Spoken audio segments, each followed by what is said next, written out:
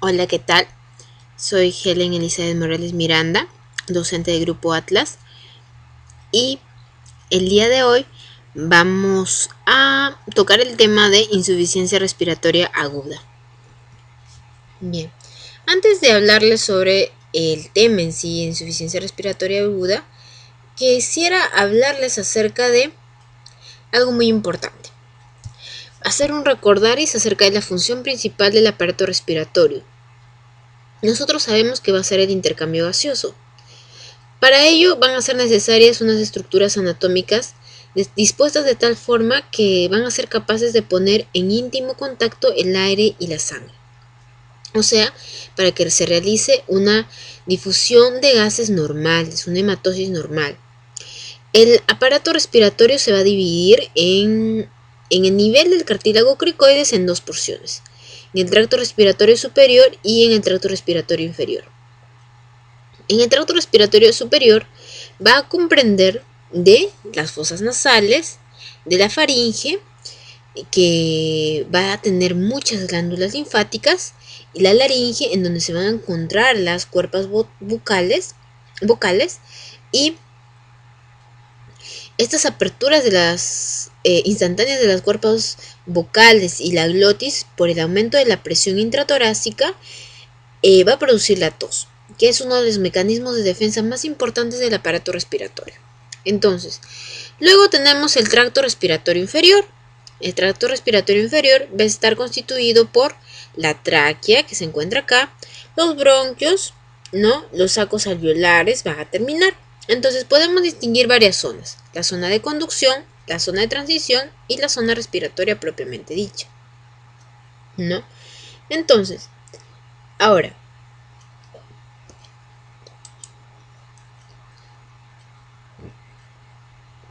luego de haber visto lo que es el recuento anatómico normal, vamos a hablarles acerca de la insuficiencia respiratoria aguda, que, como dice ahí en la diapositiva, va a ser la incapacidad del aparato respiratorio para satisfacer las demandas metabólicas del organismo. Es decir, va a ser un síndrome en el cual el aparato respiratorio va a fallar en una o ambas de sus funciones del intercambio gaseoso. Es decir, ¿cuáles son sus funciones del aparato respiratorio? La oxigenación de la sangre y la eliminación del dióxido de carbono. Puede estar fallida una de ellas o puede estar fallida ambas también. Para su diagnóstico va a ser imprescindible contar con la determinación de los gases en la sangre arterial, ¿ya? Entonces, vamos a ver primero cómo se va a dar esta función. Tenemos la inspiración y tenemos la expiración. La inspiración va a ser un proceso activo. Como proceso activo se va a dar la utilización de energía, ¿verdad? Y en donde se va a expandir nuestro tórax. Se va a expandir nuestro tórax, ¿por qué? Porque los alvéolos se empiezan a hinchar, ¿no? Se empiezan a llenar de aire. Y eso va a ocasionar de que el diafragma disminuya. Perdón, bueno, no disminuya, sino el diafragma baje, ¿no? El diafragma descienda. Y en la expiración es un proceso más pasivo en la cual los gases van a salir, se va a eliminar el CO2 principalmente y el diafragma va a ascender. Bien, teniendo en claro eso, vamos a hablar acerca de la presión arterial de oxígeno, la presión arterial de CO2 a nivel del mar y respirando aire ambiental. Entonces, ¿qué quiere decir esto? Cuando les pongamos una A minúscula, quiere decir presión arterial de oxígeno. Cuando vemos una A mayúscula, quiere decir presión alveolar de oxígeno. La presión de CO2 va a ser presión arterial. Bueno, lo que nos interesa es la presión arterial del CO2. Normalmente va a ser PCO2, no va a tener una A. Y nos habla de la respiración de aire ambiental, porque vamos a hablar de una fracción inspiratoria de oxígeno de 0.21.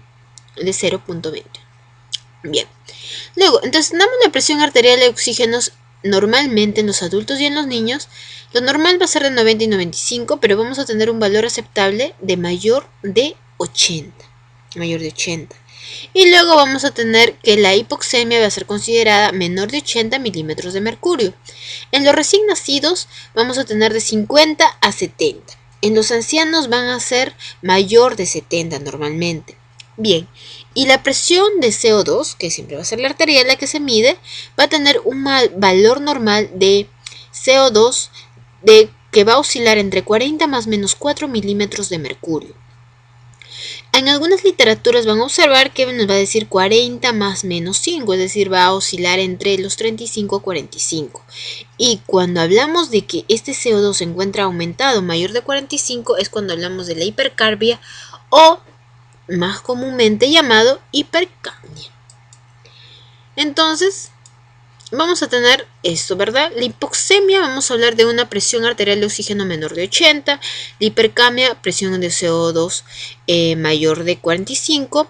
Hablamos de una insuficiencia respiratoria parcial cuando solamente va a estar alterado uno de las funciones, es decir, la presión arterial de oxígeno va a estar menor de 60. Y hablamos de una insuficiencia respiratoria global cuando ya se encuentran los dos alterados, ¿no? La presión arterial de oxígeno va a estar menor de 60, pero también se va a encontrar la presión arterial de CO2 mayor de 50, ¿no? Bien, entonces esta es la curva de la saturación de hemoglobina, que es muy conocida, ¿no? En la sangre venosa, la hemoglobina va a tener menor afinidad por el oxígeno, en la sangre arterial mayor afinidad. Bien, entonces la clasificación que vamos a verla va a ser según la instauración del tiempo, ¿no? En la insuficiencia respiratoria aguda vamos a hablar de unas que nos va a dar en horas, en días. En la insuficiencia respiratoria crónica me va a dar en semanas o en meses. Y luego por último vamos a tener la insuficiencia respiratoria crónica reagudizada. ¿Qué quiere decir la crónica reagudizada? Cuando un paciente tiene una enfermedad respiratoria y esta tiene una presión arterial de oxígeno baja en su cuerpo. Sin embargo, el cuerpo, el mismo organismo de este paciente lo ha podido controlar. Pero, ¿qué es lo que pasa cuando tiene algún tipo de crisis, ¿no? Tiene una exacerbación de esa enfermedad. No, por ejemplo, en los pacientes asmáticos. Entonces, ¿qué es lo que ocurre? Esa presión de oxígeno va a disminuir de tal manera de que el organismo no va a poder modularlo o no va a poder controlarlo como lo estaba haciendo, ¿no? Normalmente. Con su enfermedad en sí lo estaba controlando, pero se reagudiza, ¿no? Entonces a eso le vamos a llamar enfermedad del tipo crónica reagudizada. Ahora, la insuficiencia respiratoria hipercápnica aguda se desarrolla en minutos o en horas, por lo que el pH se va a encontrar menor de 7.30, pero se va a producir una acidosis del tipo respiratoria, mientras que las formas crónicas se van a desarrollar en días, ya permitiéndose que se produzca la compensación renal generando retención del bicarbonato. Ahora, la distinción entre las formas agudas y crónicas de la insuficiencia respiratoria hipoxémica no puede realizarse en base a los gases de sangre, en base al AGA, pero pueden evidenciarse otros signos que sugieren hipoxemia crónica, como, por ejemplo, que el riñón comience a producir eritropoyetina y eso me produzca una policitemia o el cor pulmonar también, ¿no? Una hipertensión pulmonar. Entonces, todos estos valores, antes de olvidarlo, estos valores de la gasometría y todo eso es lo que nosotros vamos a obtenerlo del AGA, ¿no? Le vamos a sacar sangre al paciente de su arteria y vamos a hacer su gasometría, o sea, vamos a llevarlo al laboratorio y vamos a ver cómo se encuentran esos gases arteriales. Vamos a tener varios tipos de insuficiencia respiratoria. La primera va a ser la insuficiencia respiratoria tipo 1, o también llamada la hipoxémica, en la cual va a estar disminuida la presión arterial de oxígeno y se va a dar un desequilibrio de la ventilación-perfusión. ¿Qué quiere decir desequilibrio de ventilación-perfusión? Acá es donde se va a producir un paciente puede estar ventilando normal, pero esa ventilación no llega normalmente a la perfusión, es decir, a la sangre, ¿no? La V es la ventilación y la Q es la perfusión, ¿no? Entonces hablamos de alvéolo, arteria, ¿ya? Entonces ahí puede haber un desequilibrio. Luego el shunt intrapulmonar, que lo vamos a ver más adelante, pero les voy adelantando que un shunt intrapulmonar quiere decir de que nosotros podemos estar ventilando normalmente, pero si tenemos un chat intrapulmonar, quiere decir que ese alveolo no tiene contacto con las arteriolas pulmonares. Entonces, cuando una arteriola llega con sangre desoxigenada, al llegar al alveolo no se oxigena, es decir, no ingresa oxígeno del alveolo hacia la arteriola, hacia la sangre, y entonces eso hace que esa arteriola que estaba viniendo con sangre desoxigenada regrese al organismo otra vez con su sangre desoxigenada. Luego tenemos la tipo 2, la ventilatoria o la hipercápnica, en la cual vamos a tener un aumento de la presión arterial del CO2. En esta vamos a tener una disminución de la ventilación alveolar, o también se va a dar por un aumento del espacio muerto. ¿Qué quiere decir disminución de la ventilación alveolar? Nosotros normalmente ventilamos también para sacar el CO2 de nuestro organismo, para que no nos produzca una hipercamia y por ende una acidosis del tipo respiratoria. Pero si estamos disminuida nuestra ventilación por A o B o por X motivo, entonces eso va a ocurrir que no podemos eliminar el CO2 y se mantenga en nuestro organismo y me produzca una hipercapnia. Luego también tenemos el aumento del espacio muerto. ¿Qué quiere decir? Que tenemos alveolos que no están funcionando. O sea, el espacio muerto es donde no se va a ver un intercambio de gases, ¿verdad? Normalmente tenemos nuestro espacio muerto, pero ¿qué ocurre? Cuando aumenta ese espacio muerto, es decir, los alveolos no están funcionando normalmente, entonces eso también va a producir una hipercapnia. Luego tenemos la tipo 3, que es la perioperatoria, en la cual va a disminuir la capacidad vital. Va a ser la limitación de la expansión torácica. ¿Por qué? Se puede dar por obesidad, se puede dar por una cirugía tóraco-abdominal mayor que va a hacer que el paciente, la persona, no pueda inspirar, no pueda expirar normalmente como debería, ¿no? Por ese tipo de problema.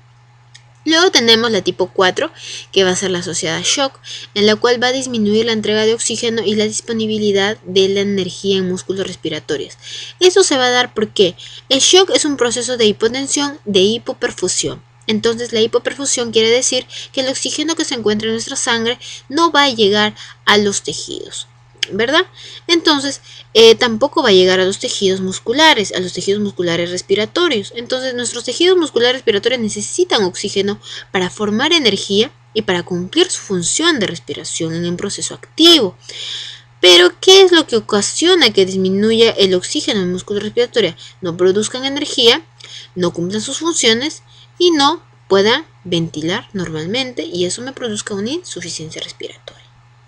Bien, tenemos dos conceptos, la hipoxia y la hipoxemia.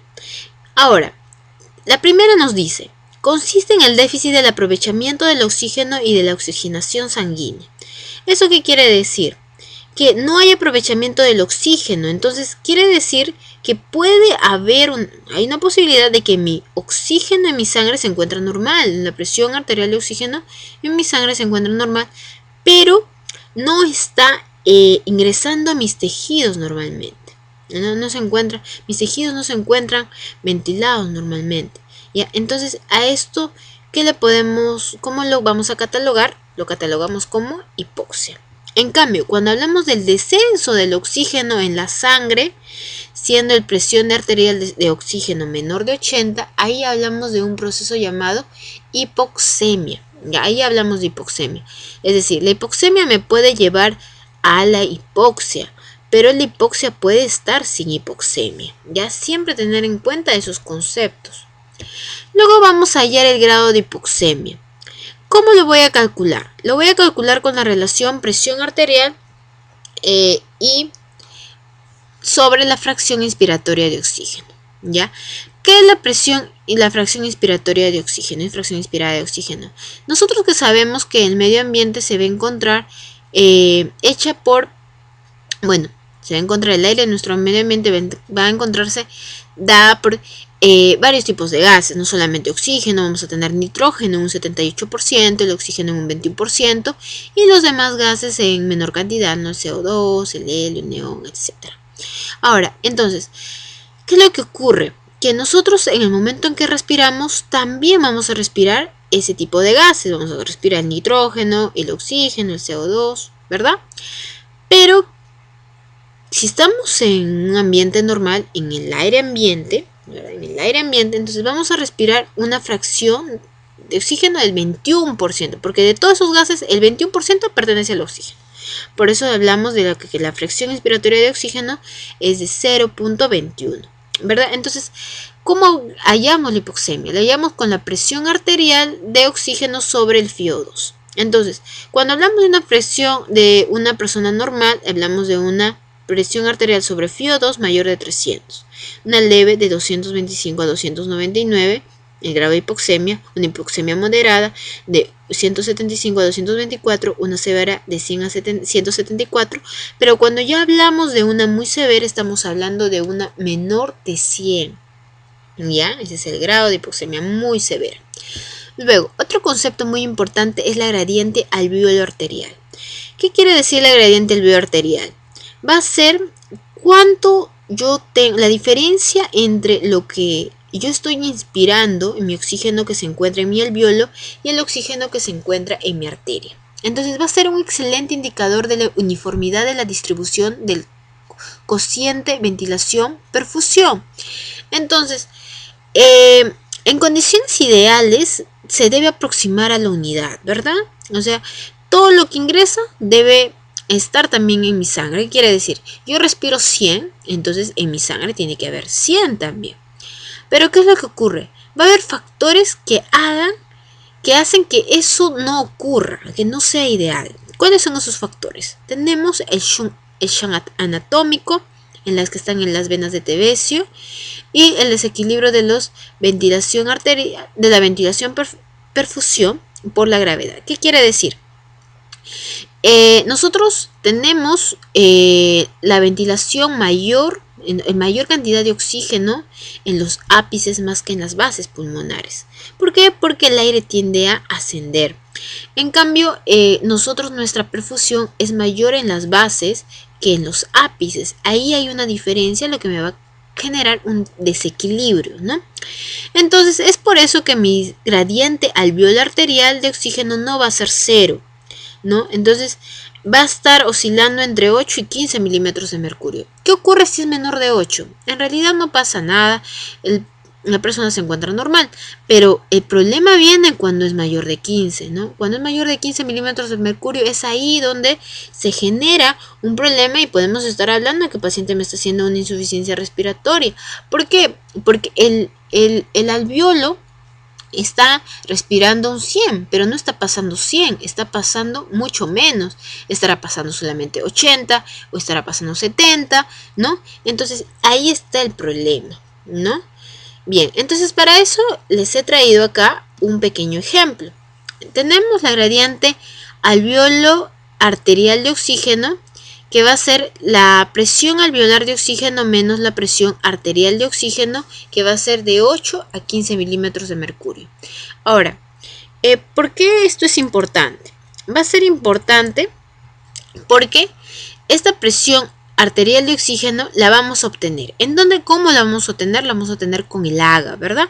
Le hacemos un dosaje, le sacamos sangrecita al paciente de la arteria y le llevamos al laboratorio y me van a venir con una lista con varios valores. La presión arterial de oxígeno, la presión de CO2, el valor de bicarbonato, cuánto se encuentra el pH, ¿verdad? Y varios valores más.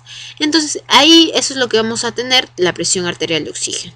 Pero entonces eso es lo que nos va a dar el AGA. Pero ¿cómo hallamos la presión alveolar de oxígeno? O sea, ¿cómo hallamos cuánto de oxígeno yo tengo en mi alveolo? No puedo medirlo. Entonces lo voy a poder medir, pero con una formulita que les voy a dar ahora, que se va a llamar, ¿qué va a ser esta? La presión alveolar de oxígeno va a ser igual a la fracción inspiratoria de oxígeno, que si estamos en aire ambiente va a ser 0.21, ¿verdad? Como les expliqué.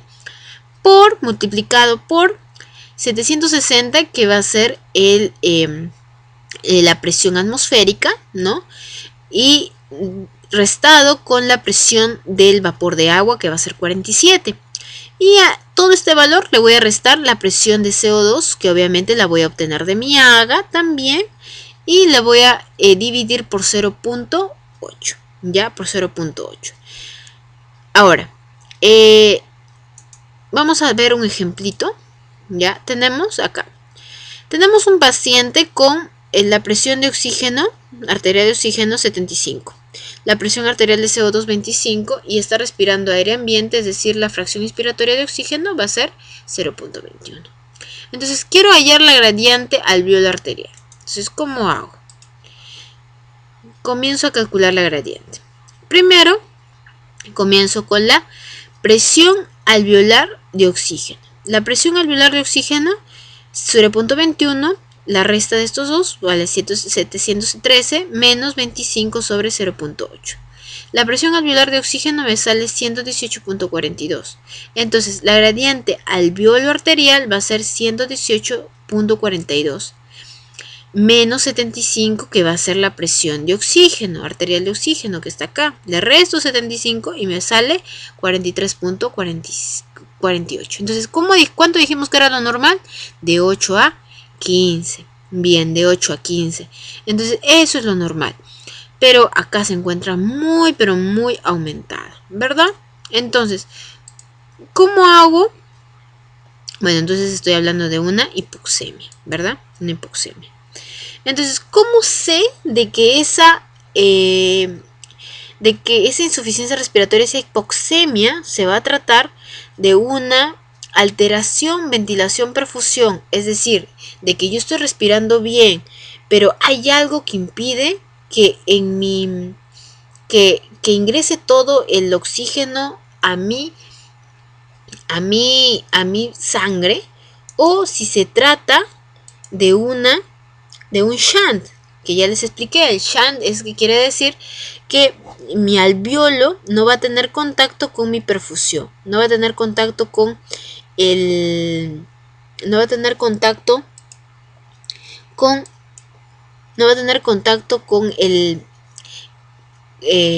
con la sangre, con arterial, o sea, con la arteriola, y la arteriola va a pasar de ser oxigenada de seguir siendo desoxigenada, ¿verdad? Entonces vamos a ver, quisiera mostrarles en realidad, a ver si con esto se puede, ¿no? Acá tenemos un alveolo, y acá tenemos un alveolo, y acá tenemos la sangre, ¿verdad? Entonces, ¿qué es lo que ocurre? Por acá va a estar yendo, ¿qué cosa? La sangre arterial, ¿no? La sangre arterial, la sangre que está desoxigenada, con bastante cantidad de CO2. Y ya, entonces, ¿qué es lo que ocurre? Acá no va a haber un contacto. Entonces, a pesar de que el oxígeno está llegando hacia mi alveolo, no va a ingresar. No va a ingresar porque no hay contacto, se está produciendo un shunt. Entonces, igual, como está viniendo mi sangre desoxigenada con CO2, igual se va a ir con el CO2, ¿ya? Con el CO2. Entonces no se va a oxigenar. De eso se trata el shunt. Entonces, si se corrige este shunt con oxígeno, si se corrige esta hipoxemia, cuando yo le doy oxígeno al paciente, ¿no? Entonces, le mido y luego su gradiente ya me sale normal, ¿no? Entonces, le doy oxigenoterapia y se normaliza. Entonces estábamos hablando de una alteración, ventilación, perfusión. Porque al dar oxígeno, ¿qué ocurre? Cuando se trata de una alteración, ventilación, perfusión, acá vamos a tener nuestro alveolo, y este sí va a tener contacto, ¿verdad? Este sí va a tener contacto con la arteria. Entonces, al darle más presión de oxígeno, entonces ahí sí va a ingresar. Entonces, mi arteria se va a llenar de oxígeno, entonces se va a normalizar, se va a corregir. Pero ¿qué ocurre en el shunt? En el shunt, a pesar de que le doy cantidad de oxígeno, como no tienen contacto, el oxígeno no va a funcionar. Le puedo dar muchísimo oxígeno, pero no va a ingresar y no se va a corregir. ¿Ya? No se va a corregir. Bien, espero que en realidad se haya entendido. Y vamos a comenzar con lo que es la fisiopatología. Entonces, tenemos la primera, que va a ser la disminución de la presión de oxígeno en el aire inspirado, ¿no? Esta disminución de la fracción de oxígeno en el aire inspirado va a ser la que se van a dar, por ejemplo, cuando estamos en las alturas, o cuando se produce inhalación de gases tóxicos, por ejemplo en los incendios por el monóxido de carbono. Entonces, ¿qué es lo que va a ocurrir?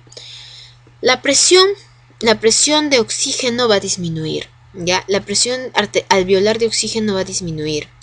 Y la presión arterial de oxígeno también va a disminuir, porque no se encuentra ninguna alteración en mi alveolo o en mi endotelio vascular, no se va a encontrar. Entonces, así como ingresa poquito, también entra poquito de acá, ¿ya?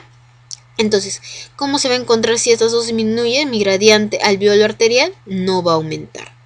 Y la presión de CO2 va a disminuir porque la persona comienza a hiperventilar, ¿no? Y para respirar mejor comienza a hiperventilar. Y como comienza a hiperventilar, comienza a eliminar el CO2 muy rápidamente, ¿no? Bien. Luego también tenemos la hipoventilación alveolar, en la cual va a haber alteración en los centros nerviosos reguladores. ¿Ya? Entonces, ¿qué quiere decir? Va a haber alteraciones neuromusculares como Guillain-Barré, como la polo, como la hemastemia que hemos visto en otra clase, hipopotasemia. Entonces, eso va a hacer que nuestros músculos respiratorios se encuentren dañados o se encuentren disminuidos en su función. Entonces, al encontrarse disminuidos en su función,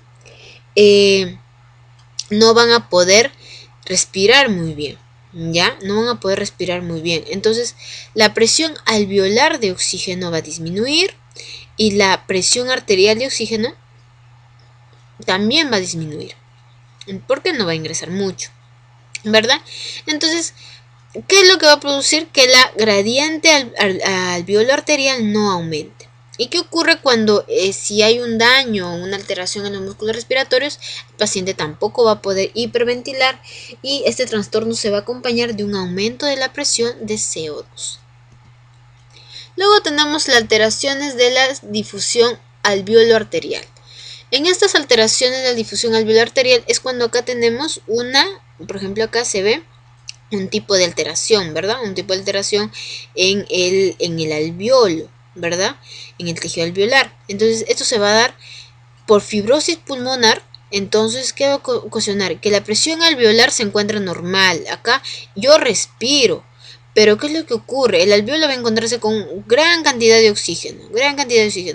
Pero la presión arterial de oxígeno, como no va a ingresar, va a disminuir, ¿verdad? Acá está muy alto y acá está muy disminuido. Entonces la gradiente alveolo arterial va a aumentar, ¿verdad? Porque se aumenta y se está disminuyendo.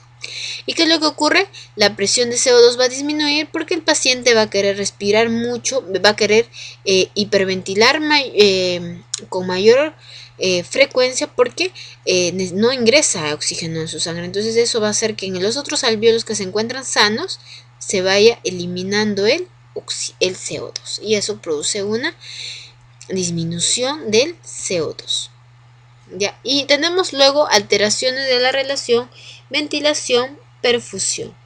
En estas alteraciones de la relación ventilación-perfusión, las enfermedades con obstrucción respiratoria, por ejemplo el EPOC, el asma, también tenemos compromisos intersticiales como la fibrosis, la sarcoidosis, la neumonía, las con obstrucciones vasculares como el tromboembolismo pulmonar, la hipertensión pulmonar, suelen determinar anomalías regionales en lo que es la relación ventilación-perfusión que, a diferencia de lo que ocurre en el shunt, va a responder a un aumento de la fracción expiratoria de oxígeno, es decir, cuando yo le doy oxigenoterapia al paciente y eso va a aumentar la presión arterial del oxígeno, ¿verdad? Entonces, eso es lo que va a ocurrir. Lo que ocurre es que acá va a haber una obstrucción, entonces la sangre no va a pasar. Entonces, en el momento en que el oxígeno está ingresando, no va a poder perfundir bien porque ya no va a haber sangre acá, ¿verdad? Entonces, eso va a ser nuestro problema. Luego también tenemos alteración en la relación ventilación-perfusión, bueno, lo que estábamos hablando, ¿verdad? En el asma, en el EPOC, ¿no? Y eso va a producir que la presión alveolar de oxígeno disminuya y la presión o se mantenga normal y la presión alveolar arterial de oxígeno disminuye. Entonces, si esto ocurre, la gradiente alveolo arterial va a aumentar, ¿verdad? Y la presión de CO2 aumenta también.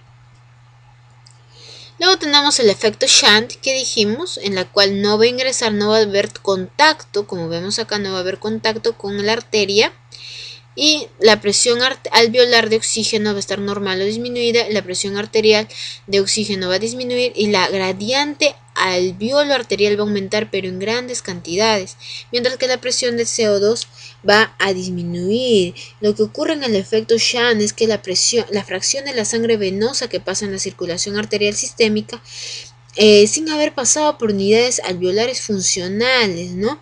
Entonces, estas manifestaciones pueden ser congénitas, ¿no? Por ejemplo, tenemos malformaciones cardíacas o de los grandes vasos o adquiridas, ¿no? Que me va a producir. También tenemos, como podemos tener acá, un edema pulmonar, ¿no? Así se presenta el edema pulmonar cardiogénico producido por un IMA, ¿no?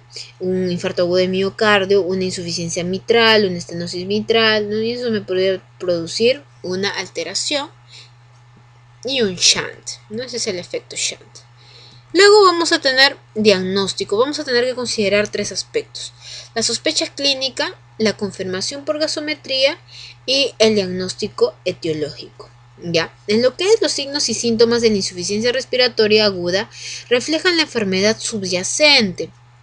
O sea, la enfermedad que en realidad tiene, porque tenemos que acordarnos que la insuficiencia respiratoria va a ser un síndrome. Este síndrome se puede presentar en varias enfermedades, así como la hipoxemia y la hipercapnia.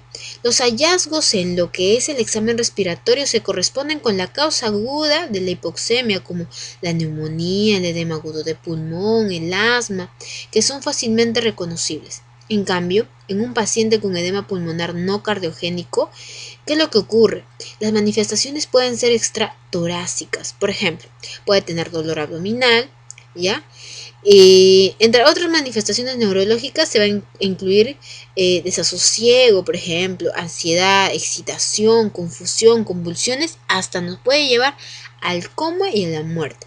Puede presentarse también taquicardia, arritmias por formas de compensación que van a ser secundarias a la acidosis también. Y a nivel respiratorio, taquimia, disnea, el uso de los músculos accesorios, tiraje, cianosis, ¿no? Entonces, ¿qué es lo que ocurre? Cuando yo sospecho, tengo una sospecha clínica, entonces tengo que ir a la confirmación mediante los gases arteriales. Entonces ahí tenemos el AGA, ¿verdad? El AGA. Entonces, si tengo sospecha clínica de insuficiencia respiratoria, deben determinarse gases en sangre arterial para confirmar el diagnóstico y determinar la severidad de la alteración del intercambio gaseoso, ¿ya?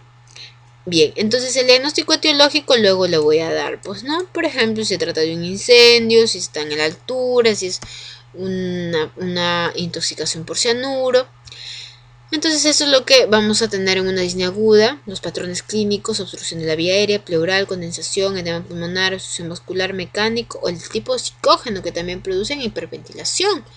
En la clínica de la ira, lo que les mencioné: la agitación agresiva, estupor, coma, ¿verdad? Entonces tenemos que tener en cuenta que la hipoxemia aguda y la hipercapnia se van a parecer mucho. La diferencia va a ser en que en la hipercapnia se va a presentar la cefalea, ¿ya? La cefalea, cosa que en la hipoxemia no se da. La cefalea no es algo característica de la hipoxemia. Se van a presentar alteraciones del tipo neurológicas, cardiovasculares, ¿ya? Pero la cefalea es lo que le va a caracterizar a la hipercapnia.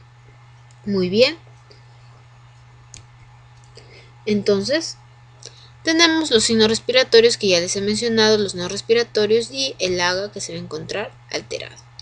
Luego vamos a ver las gasometrías arterial. Los valores normales, la presión, el pH va a ser de 7.40 menos 0.04, que quiere decir que va a estar entre, normalmente, vamos a poner de 7.35 a 7.45, es lo que se maneja.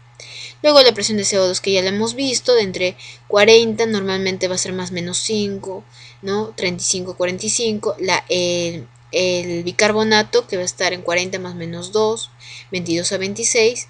El exceso de base, que ahorita no nos va a importar mucho. La presión arterial de oxígeno, que va a estar de 80 a 97.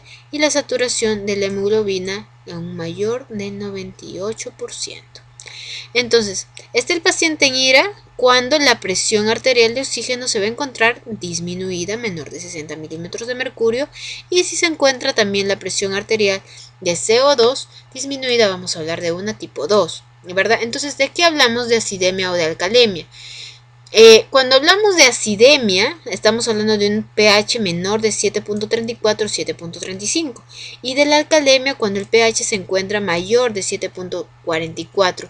No confundir con acidosis o alcalosis. Ya cuando hablamos de una acidosis o de una alcalosis estamos refiriéndonos a que está siendo producido por algo, ya sea por tipo respiratorio o el tipo metabólico. Ya, en cambio, siempre en cuanto tenemos un pH disminuido, decimos tiene acidemia. Y si está aumentado, decimos tiene alcalemia. ¿Ya? Entonces, los hidrogeniones, su aumento me va a producir acidosis. Y esta acidosis me va a aumentar, va a ser por aumento de la presión arterial de CO2 que me va a producir la acidosis respiratoria, o si es por una disminución del bicarbonato me produce una acidosis metabólica. Y también si tenemos una disminución, se llama alcalosis. Si disminuye la presión arterial de CO2, me produce una alcalosis respiratoria, y si aumenta el bicarbonato, me produce una alcalosis metabólica. Entonces, en la identificación del trastorno ácido-base, tenemos la acidemia. Puede ser debida a la acidosis metabólica o a la acidosis respiratoria. La alcalemia también puede ser debida a la alcalosis metabólica o alcalosis respiratoria. Y tenemos un pH normal pero con valores anormales de bicarbonato y presión de CO2. Vamos a llamar un trastorno mixto. Entonces, ¿qué se va a caracterizar la acidosis respiratoria? Por la disminución del pH, el aumento de se da por el aumento de la presión de CO2 en de hipercapnia y el aumento del bicarbonato, pero este aumento del bicarbonato va a ser por una respuesta del tipo compensatoria. ¿Ya? Y la alcalosis respiratoria se va a dar un aumento del pH, una disminución de la presión de CO2, pero su compensación va a ser la disminución del bicarbonato.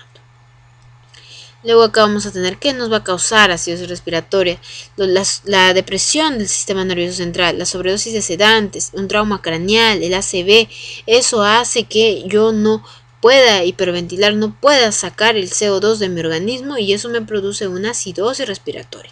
Luego el asma grave, la neumonía bilateral, la poliomielitis. Entonces todas estas causas me pueden producir por una capacidad neuromuscular o simplemente por una enfermedad del aparato respiratorio. Luego la alcalosis respiratoria, como estuvimos diciendo, se va a presentar una disminución, un aumento, del pH. Por ende, se va a producir por una disminución de la presión arterial de CO2, en la cual su respuesta compensatoria va a ser también una disminución del bicarbonato. Entonces vamos a hablar de una alcalosis respiratoria compensada, ¿verdad? Entonces, ¿qué me va a producir la alcalosis respiratoria? La gran altitud sí me puede producir acidosis respiratoria porque yo comienzo a hiperventilar. El hiperventilar en una gran altitud, porque me falta el oxígeno, empiezo a eliminar el CO2. Luego tenemos el laringoespasmo, el agotamiento, la hipotensión, el edema pulmonar.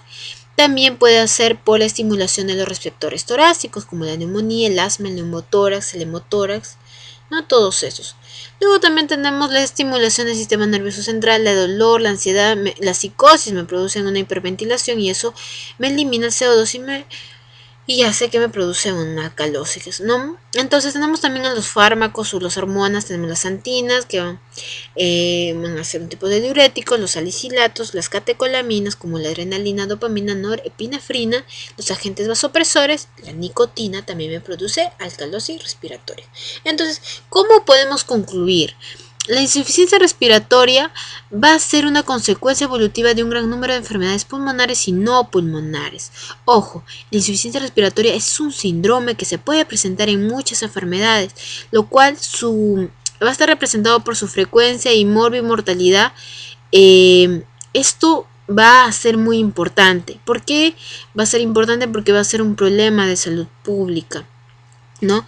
Entonces, siempre teniendo en cuenta eso, las manifestaciones clínicas de un paciente con insuficiencia respiratoria, que ya lo hemos manifestado, ¿verdad? La disnea, el tiraje, la cianosis, la taquimia, la taquicardia, algunas arritmias producidas por la acidosis, etc. Entonces, simplemente con eso concluimos la clase del día de hoy y muchísimas gracias por su atención.